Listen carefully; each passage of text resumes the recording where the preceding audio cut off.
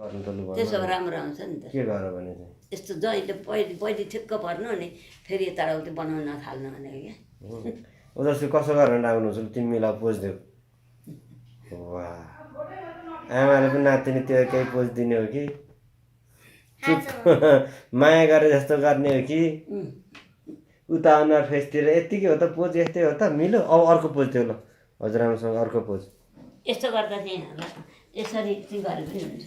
यस्तो कसरी गरेर भने आमाले मिलाएको पोज चाहिँ यो हो। यता हेर्दा ल ल आमाले मिलाएको पोज कति दामी देखिन्छ। आमा अलिकति हाँस्नु त मुख चुप्पा पारे होला खुलेर हाँस्नु न त्यो पोज चाहिँ राम्रो देखिन्छ क्या।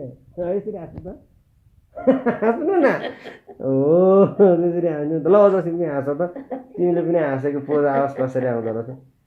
ल ल धेरै राम्रो। ल अर्को पोज केही देऊ। म हजुरआमालाई के गर्ने हो हजुरआमालाई माया गर्दा कसरी गर्ने त्यसो गर्दा म ठ्याक्कै खिचिदिइहाल्छु। ल भयो भयो त्यो पोज भइसक्यो। तिमीले हजुरआमालाई माया गरेको देखाउनु पर्यो भने के गर्छौ। यस्तो गर्छु माया गरेर। अनि आमाले नातिनीलाई माया गर्दाखेरि चाहिँ वाह